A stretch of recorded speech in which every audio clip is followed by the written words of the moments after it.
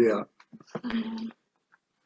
Waaqa keenyaa kan hundumaa ol taate, Waaqni teessoo kee laftee jennoo kee kan taate, kan akka kee kan hin jirre, kaleessa kan turte, har'a kan jiraattu, maqaan kee baraama baraatti kan ulfaate haa ta'u yaa Gooftaa. Ana dadhabaa Gooftaa natti ba'uun mana kee keessa na dhaa'uun obboloota gidduu na kaa'uun fedha kee waan ta'eef sin jajadha, sin galateeffadha.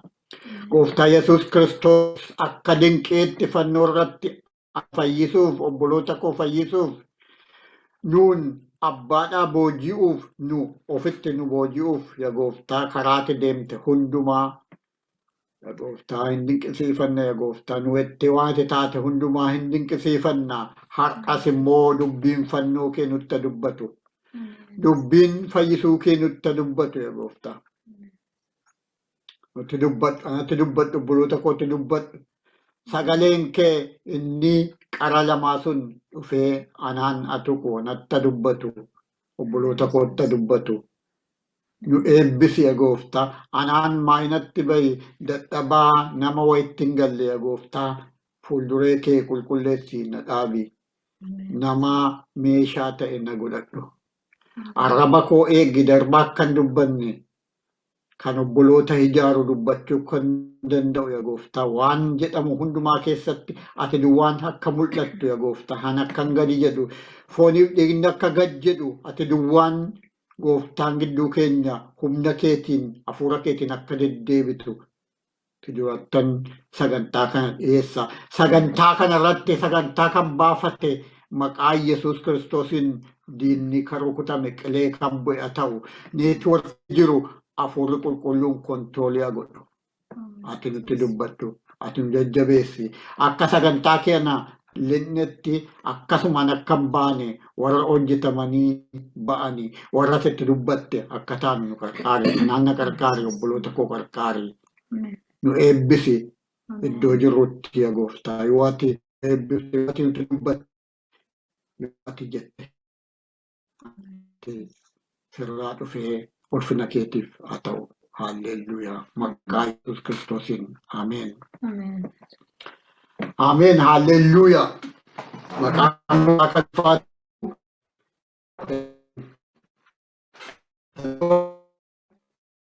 Hojii ergamootaa 27 lakkoofsa 21 amma 25 nan dubbisa maqaa Gooftaan akkana jedha.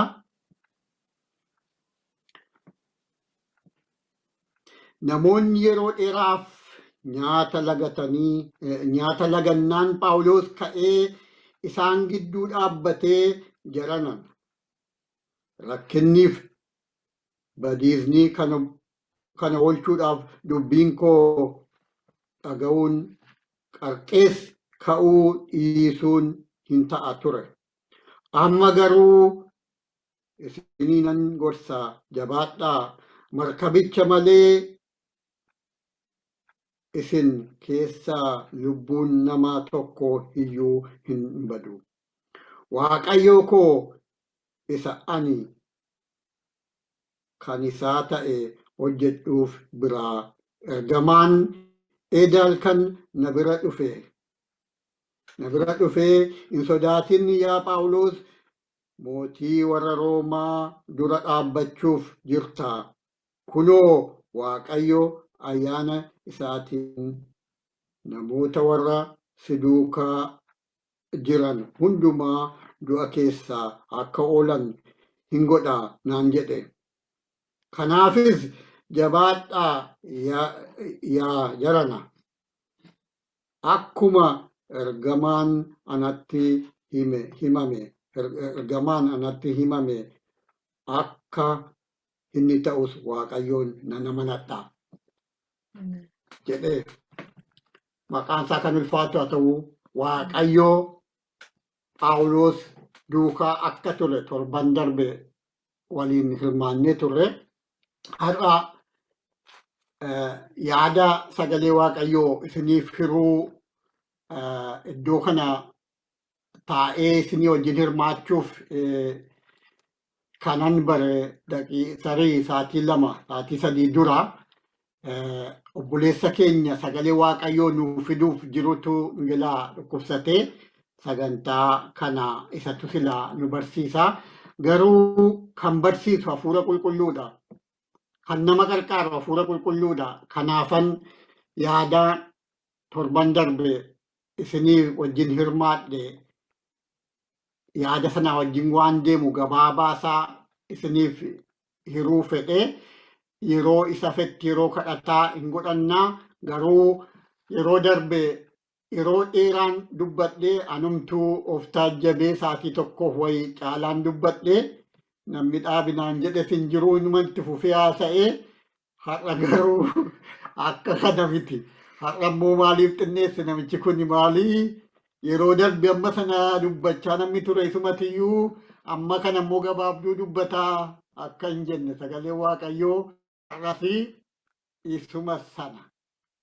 Nama tokkotu jedhama sagalee waaqayyoo akka lallabuuf waamamee konferensiirra dhiyaatee jedhu namoota dubbatu nagaa dhugaa baanu jennaan maal godhaa sagalee waaqayyoo pulpeetiirra ba'ee dubbiseetu dhaqee taa'eedhan. Jennaan maalii jedhanii lallabanii eeguu baay'ee dubbatanii isa eeguu konferensiidha. Jennaanii lakkii sagalee waaqayyoo ofii isaatiin iyyuu of lallabaa jedhee jedhama. Egaa sagalee waaqayyoo ofii isaatiin iyyuu of lallaba. Maqaan gooftaa kan ulfaate haa ta'u. Har'as garuu waaqayyo waan nutti dubbatu qaba. Obboleessa keenyas waaqayyoo fayyisee immoo yeroo biraa nu gidduutti akka argamu abdii qabna. Hin kadhannaafis. Iddoo kana keessatti wanta arginu iddoo amma dubbifanne hojii ergamootaa 21 jalqabeessa jiru irratti wanta arginu maa inni yeroo Phaawulos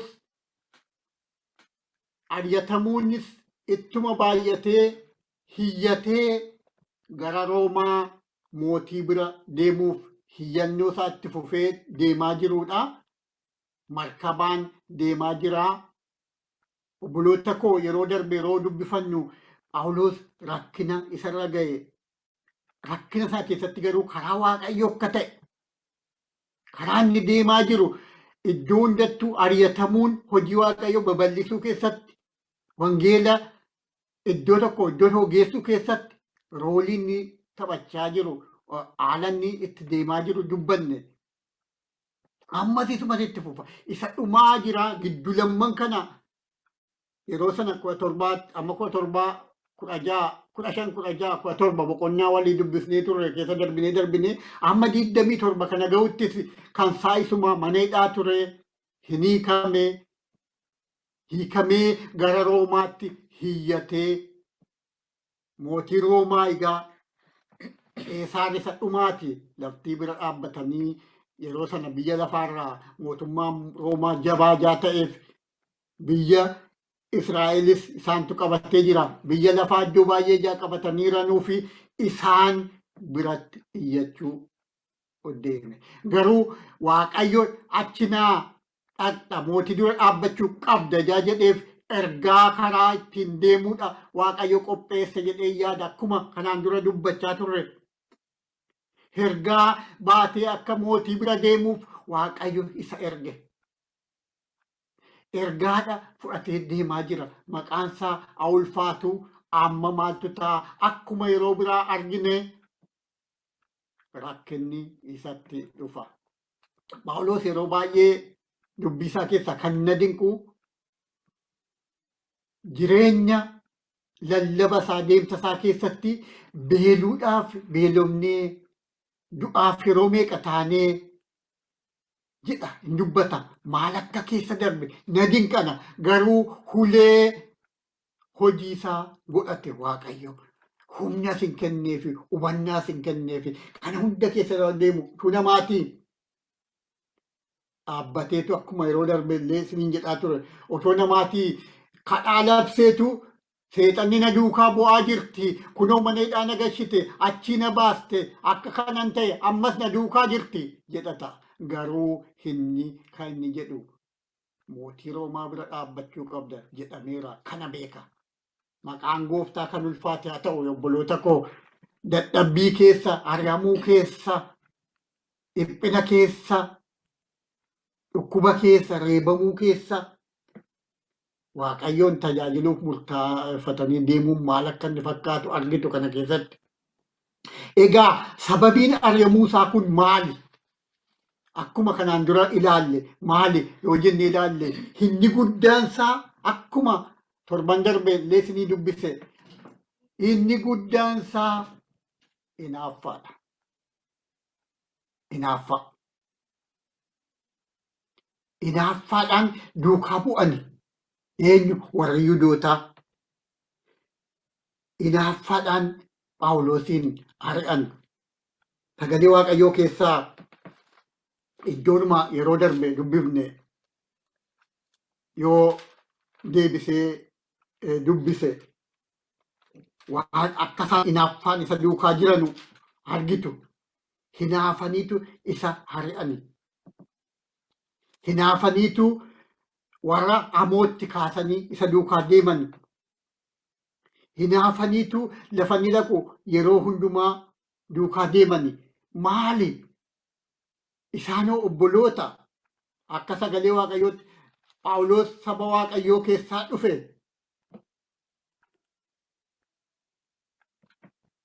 Maaliif isa duukaa bu'u yoo jettani kanuma kan biraan jiru 17 yoo dubbifne 17 5 yoo dubbifne Yihuudoonni garuu isa kana hinaafanii namoota hamoota hojii malee laban ofitti dabalatanii waca kaasanii mandaricha guutummaatti raasanii Phaawulosiif Siilaasin utuu jaraatti gadi baasaniif akka jaratti gadi baasaniif mana namicha Yoosoon jedhamu cabsan. Yeroo darbe dubbannee mana cabsanii maaliif? Hinaafanii warra hojii malee laban hamoo kaasanii. Kan akkamitti ilaaluu dandeenya?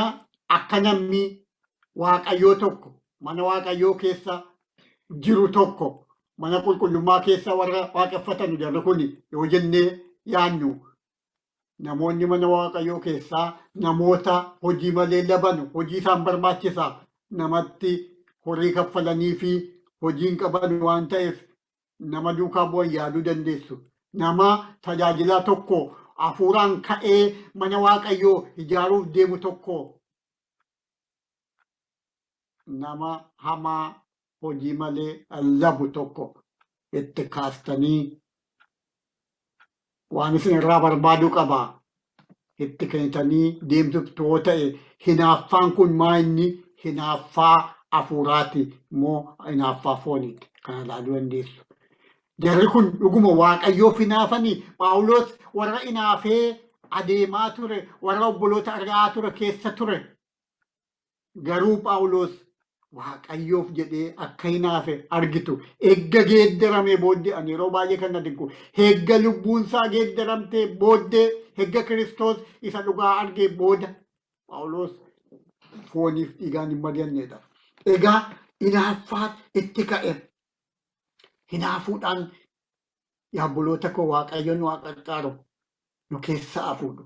Hafuura hamaa hinaaffaa obboloota dibamanii ka'anii obboloota Waaqayyo kaasetti kan nama kaasu. Iddoo baay'eetti waan akkanaa hin dhageenya bara keenya kana keessa hinaaffaa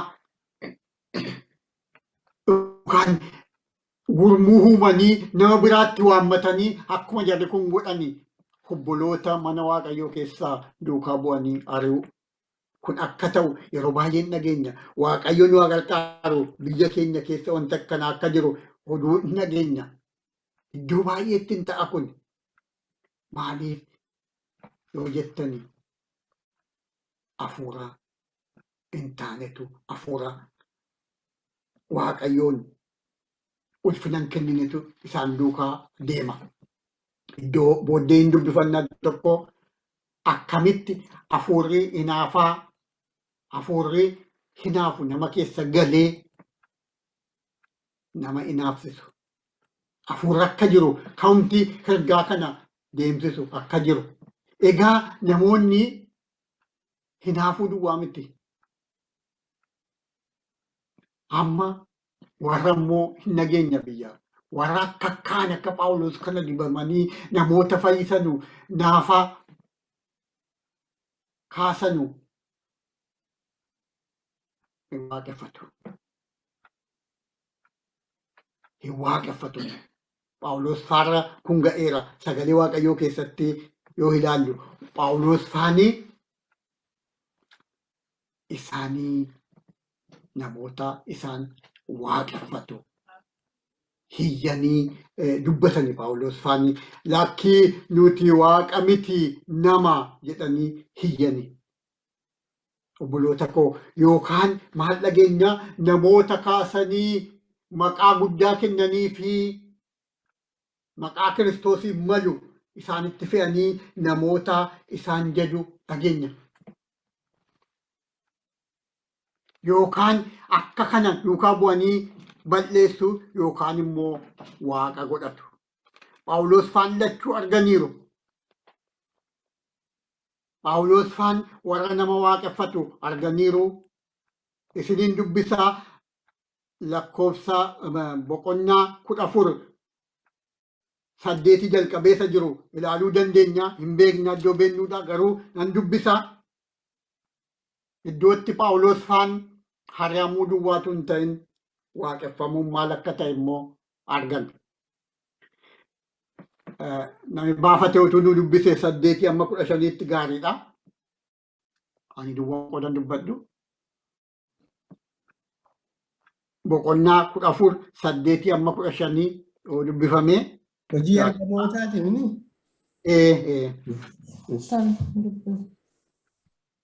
Akkas jedha.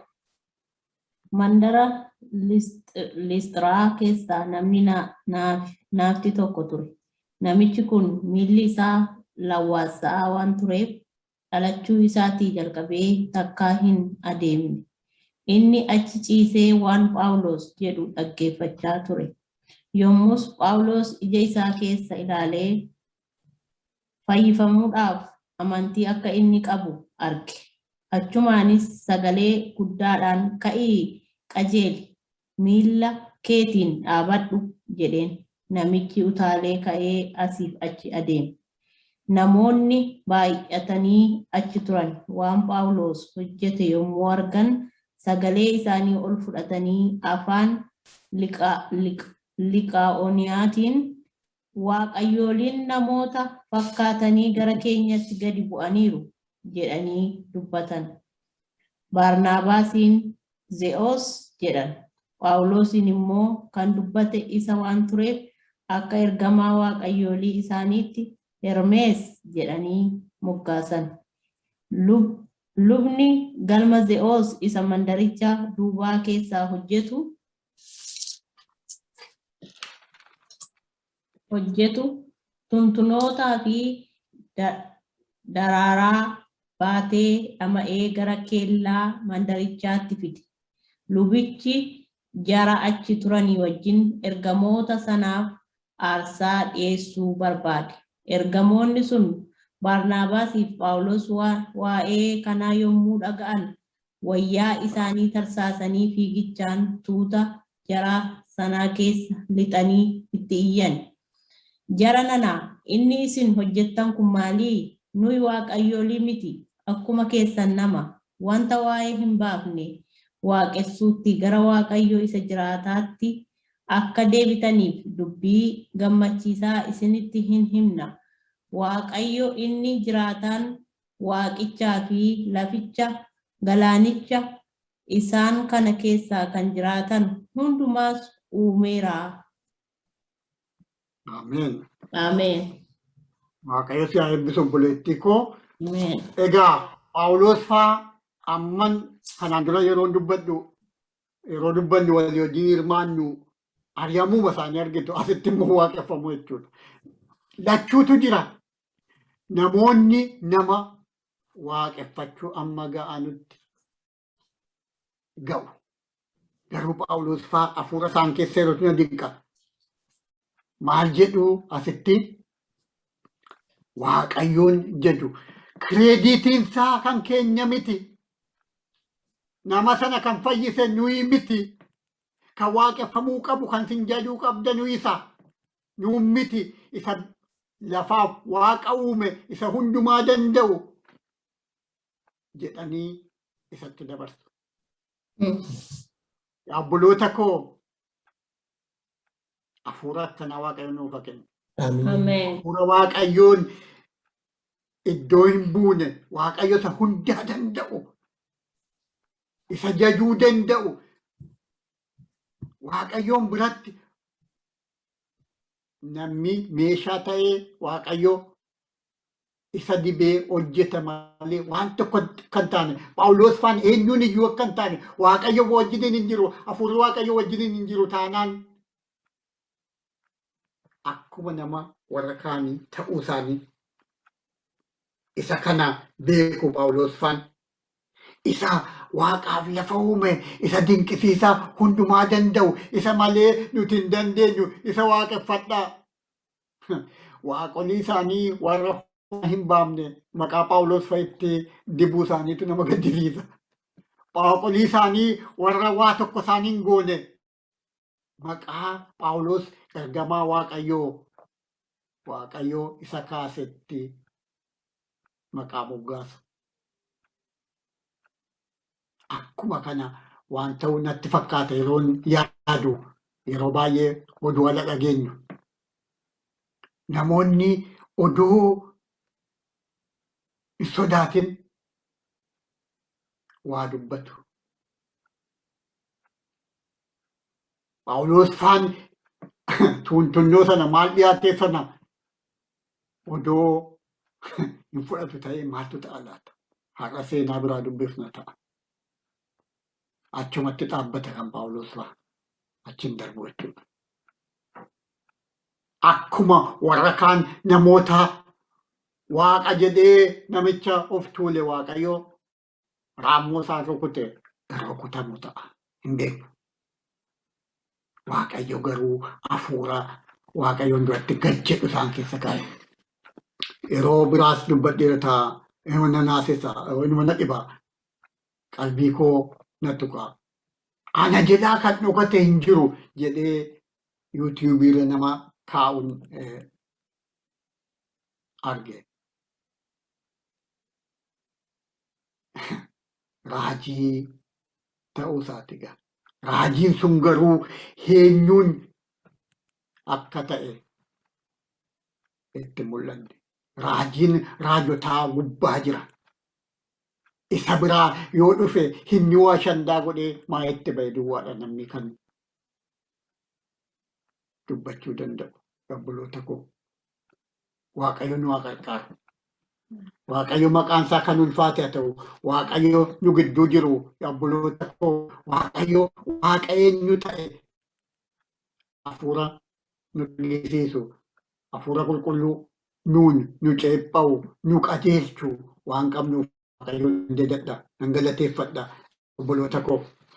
Egaa Phaawulos faan amma markabarra jiru. Markaba kana keessatti qilleensi hin ka'a. Qilleensi hiraasa markaba kana Phaawulos itti dubbata. Lakkii hin bannu qilleensi qilleensa'eef banna miti. Lafti socho'eef banna miti. Bishaan socho'eef banna miti. Waaqayyoo ergamaa isaan natti dubbateera jedha. Isa dura waa'ee dhumarratti isa nan kaasaa isa 27 keessa dubbifanne baay'ee waan hinaaffaa kana namoonni hinaafanii keessumattuu obboloonni hinaafanii obboleessa irratti ka'anu obboleettii irratti ka'anu yeroo yaadu waan sammuu koo keessa dhufu tokkotu jira. Waa'ee Yoosef.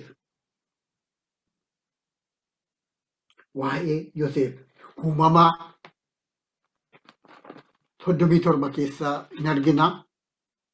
Waa'ee Yoosef. Yoosef irratti maaliif obboloonni isaa ka'an?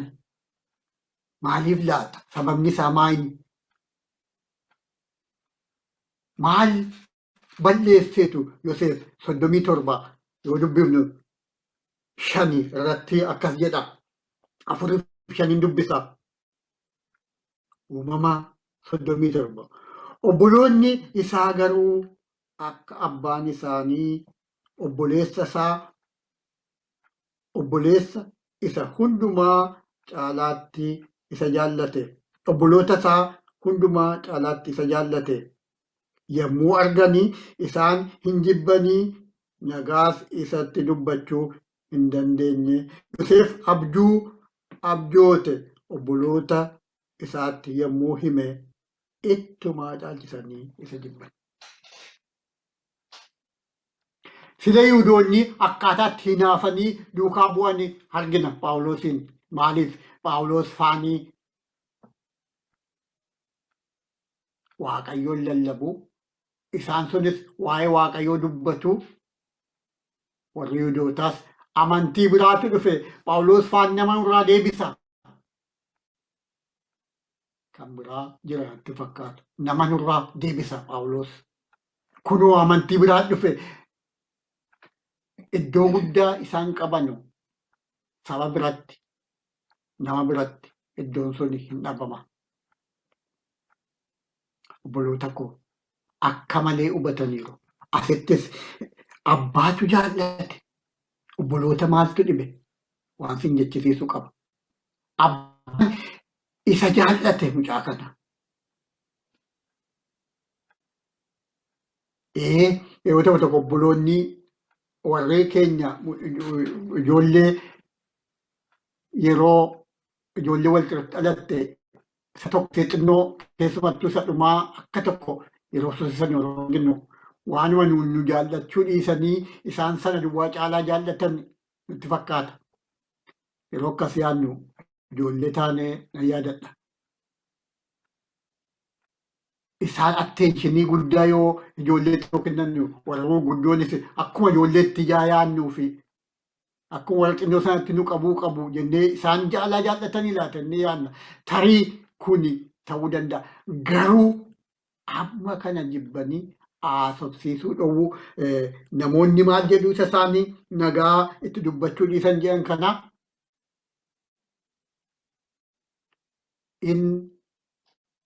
abaaruu in arrabsuu hin tuquu turanii jedhutti warri kan jedhanii lallaban jiru. Sagalee Waaqayyoo garuu nagaa itti dubbachuu akka isaan dadhabanidha.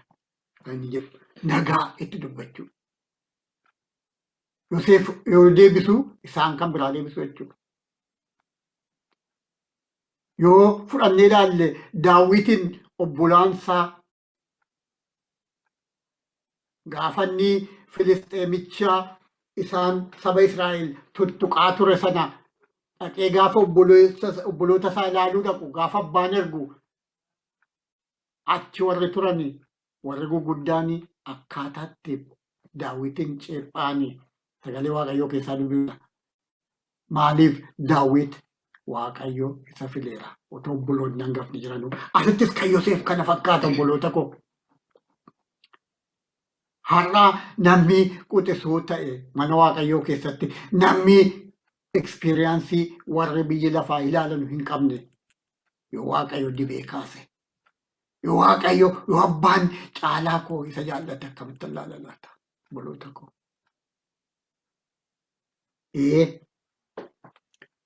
Waa lama argina asitti tokko abbaan isa jaallate hin lammataa mul'ata Waaqayyo kenneef abjuu Waaqayyo kenneef abjoote.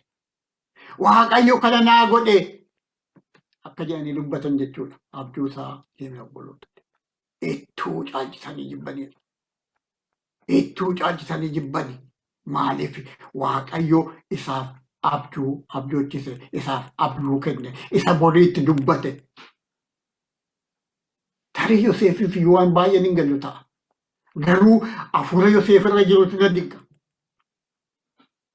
amma dhumaatti deeme obboloonni gurguranii boolla buusanii hin du'e jedhanii waan jedhe dubbatanii gaafa Gibxiitti isaan arguu. Yaa obboloota Waaqayyoo waan dhufuuf jiru jaa beekuuf isin hambisuuf anaan na erge jedha. Na erge jedha. Hubannaa akkanaa Waaqayyo namaaf haa kennu obboloota koo wanna akkaanuuf haa kennu.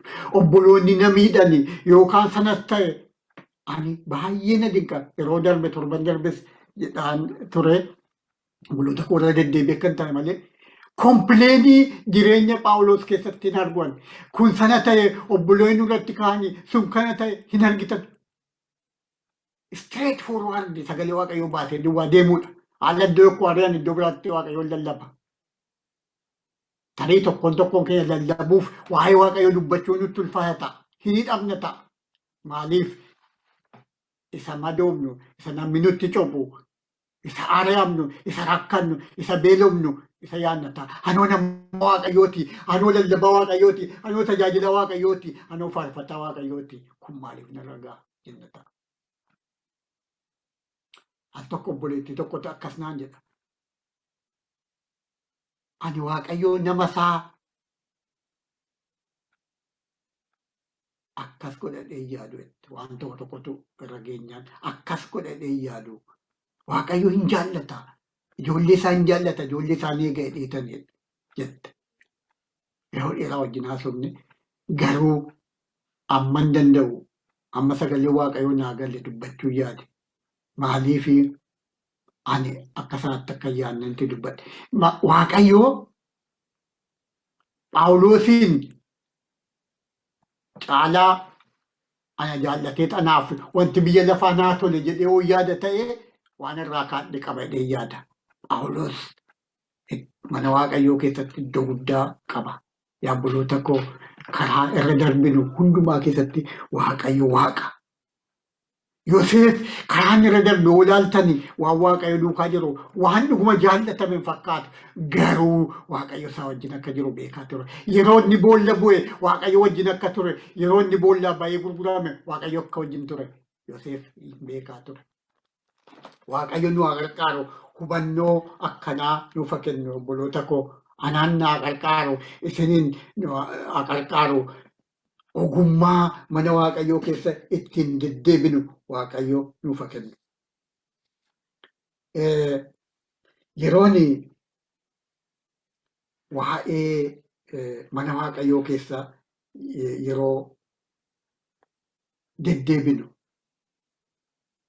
namoonni inni kaan akka malee obboloota isa kaan hubatu yeroo arginu yeroo baay'ee nama sanatti faranna ta'a.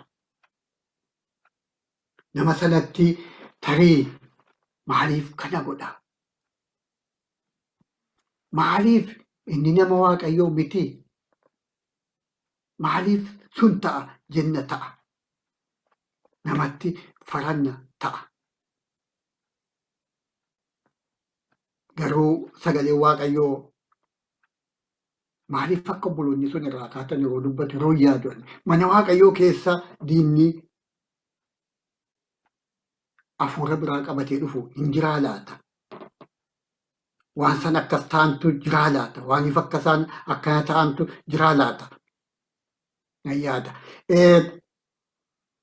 Seera lakkoofsaa 5:14 irraan dubbisa akkana jedha. Abbaa manaa isheetti hafuurri hinaaffaa galee haadha manaa isaa ishee of xureessitutti itti hinaafa. Yookiin immoo utuma haati manaa isaa ofi hin xureessin hafuurri hinaaffaa isatti galee isheetti hinaafa ta'a. Iddoo kana maaliif isa sanaa wajjin maal wal qabata naan jettu ta'a. Iddoon kun waa'ee seenaa haadha manaaf abbaa manaa dubbata. Garuu waan tokko argitu achitti hafuura hinaaffaa itti galee jedha. Itti gala hafuurri hinaaffa. Maaliif yoo isheen xuroofte yoo isheen hin xuroofne iyyuu itti galee akka hinaafu godhan. Hafuurri namatti seena jedhee yaada. Hafuurri nama hinaafsisu jechuudha. Kun seenaa biraa wajjin waan biraa wajjin wal qabata ta'a. Garuu warri Yihuudootaa maaliif hinaafan laata? Hafuura wayititti galee laata? Dhuguma hafuura Waaqayyootiin deemaniitu Waaqayyoof hinaafanii laata? Obboloonni mana Waaqayyoo keessaa maaliif hinaafu laata? Dhuguma hafuura Waaqayyootiin hinaafsisee? Dhuguma karaa Waaqayyootii? Ani nan yaada tarii wanta akkanaa ta'uu danda'a laata? Wanti namatti seentu jirti laata? Hafuurri kanumaaf bahee jiraa laata? Hin beeku. Garuu waan beeknu tokko akka wanti isaa sirrii hin taane, akka Waaqayyoo nu gargaaru, akka kanatti yaadnu, akka Waaqayyoo nama tokko nu keessaa yoo kaase haalleluuyaa jennee duddubbee teenyee dhaggeeffannu. Haalleluuyaa innee faarfannaa dhaggeeffannu. Haalleluuyaa Kiristoos obboleessa koo obboleettii koo dibdu jennee dubbannu. Waaqayyo nu haa dandeessisu. Waaqayyo nu haa gargaaru obboloota koo. Gara dhumaattan deema.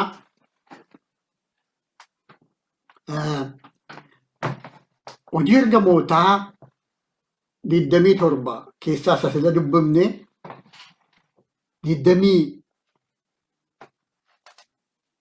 21 amma 25 isa dubbifne yeroo yaannu waan Phaawulos jedhetu jira. Namoonni yeroodhaaf nyaata lagannaan Phaawulos ka'ee isaan gidduu dhaabbate jedha. Phaawulos ka'ee dhaabbate isaanii. Midhaan maaliif lagatan? Namoonni warra kaan soomaa turanii sodaatanii warra an jiru. Maaliif markabni socho'e yeroo dheeraa aduun argin deemne jedha Phaawulos. Hin ka'a jedheen ture garuu hin kaatanidha. Sababni isaa kana jedha. Qilleensi kun hin ka'a lakkii jedheetti dubbatee jennaanii namichi Phaawulos faa eegee fuudhee gara Roomaa geessu sun kan inni dhaga'e namoota warra markabaa sanaa, namoota markaba sana oofanu, namoota beekanu ture. Garuu obboloota koo gorsa karaa Waaqayyoo dhufu, karaa nama Waaqayyoo dhufu gurra dhaga'uu nuuf kennu. Didanii deeman. Beekumsa biraatti, beekumsa biyya lafaatti, beekumsa namoota markaba oofanu, namoota ekspiriyaansii muuxannoo qabanu isaaniitti hirkatani. Phaawulos faan garuu Waaqayyo wajjin warra kominikeetii ta'uu godhan warra ta'aniif waa'ee dhufuuf jiru dura dabarsee dubbate.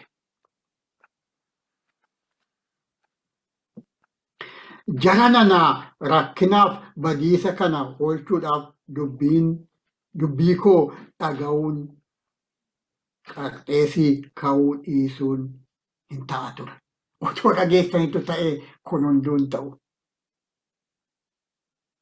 Maal gochii nan dhageenye sin. Garuu ammas ta'u Waaqayyo abbaa araaraati. Ammas ta'u Waaqayyo nun balleessu. Markabni kun hin caccabdi. Nuti garuu lubbuun tokkoyyuu hin baddu. Nyaadhaa.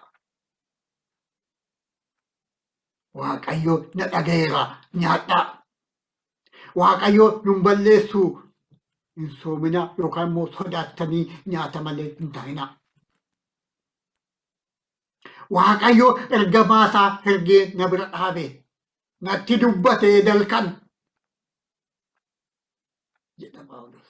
Maqaan isaa ulfaatu. Waaqayyo inni wanti tokko san daangessine bubbee bishaan irraa ka'ee markaba sochootu keessa fidee Phaawulos bira ergamaa isaa dhaabe. Akka isa bira jiru, akka isaan bira jiru itti argisiisa. Yeroo baay'ee Waaqayyo yeroo isaan mana hidhaa keessa galan miraakiliidhaan isaan baasa. Kunoo ammas bira dhaabbate. Waaqayyo nama tokko ergamaa isaa erga. Dinqisiisa.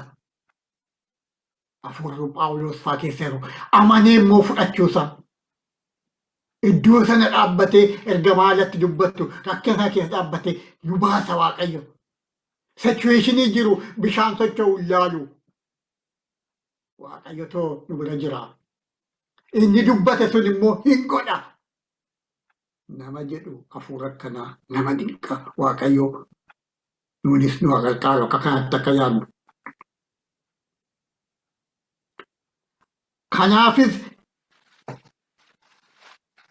jabaadhaa yaa jarana akkuma ergamaan natti hime akka inni ta'u Waaqayyoon nan amanadha. Akka Waaqayyo ergamaa ergee dubbate akka ta'u nan amanadha. Waan tokko Waaqayyo waan jedhe hin godhin hafu. Ani isa kana fudhadha. Maqaan Gooftaa kan ulfaate ta'u. Maqaan Gooftaa baraa baraatti kan ulfaate ta'u obboloota koo. Waaqayyo Phaawulos fa'aa wajjin ture. Akkuma jedhe Roomaan hin ga'e. Seenaa kana hamma dhumaatti yoo dubbifne. Jara keessaas lubbuun tokko illee hin banne. Meeshaa keessa daddarbachaa turani. Nama tokkotu Phaawulosis markabarra ture. Markabnis hin socho'ee bubbeenis hin ka'ee jedha. Yoonaasis akkuma kana ture jedha. Yoonaasiif Phaawulos gidduu waan tokkotu jira. Adda addummaa jira jedha. Inni Yoonaas ajajamuu dhiisee baqachaa jira. Phaawulos immoo ajajamee bubbeen utuu dhufuu beekuu itti lixee deemaa jira. Yoonaasiifis Waaqayyo karaa baase. Yoonaas anaaf jedhee kun ta'e jedhe. Bishaanitti darbatamee Waaqayyo isa hambise. Garuu ajajamanii deemaa akka Phaawulos fa'aa ta'uu keessas hin ajajamin deemuu keessas rakkinni jira. Garuu Waaqayyo maqaan isaa kan ulfaate ta'u. Nama sila wajjiniin ka'ee Waaqayyo jedhe nama qalbii diddiirratu. Anarraa kan ka'e kun ta'e yoo jennu Waaqayyo araara isaa nu buusa. Kan argina Yoonaas irratti. Waaqayyo hin dhiisa. Sila nu waamee deemaa jirra. Ajajamuu innee aniif isin akkuma amma waliin teenye wal tajaajillu kana ta'uu dhiisee iddoo tokko rakkinni alatu nu kaasa deebisee Waaqayyo. Nama qalbii diddiirratu garuu Waaqayyo nu haa godhu. Namoota kana maqaa Phaawulos fayyani jarri sun hafani. Isaan ajajamaniitu hin ta'in Waaqayyo garuu Phaawulosin miraakilii hojjechaa as ga'e. Boris kana hojjeta. Waaqayyo anaaf isin gargaaru ulee isaa nu haa godhatu. Eebbifamaa maqaan Gooftaa kan ulfaate haa ta'u.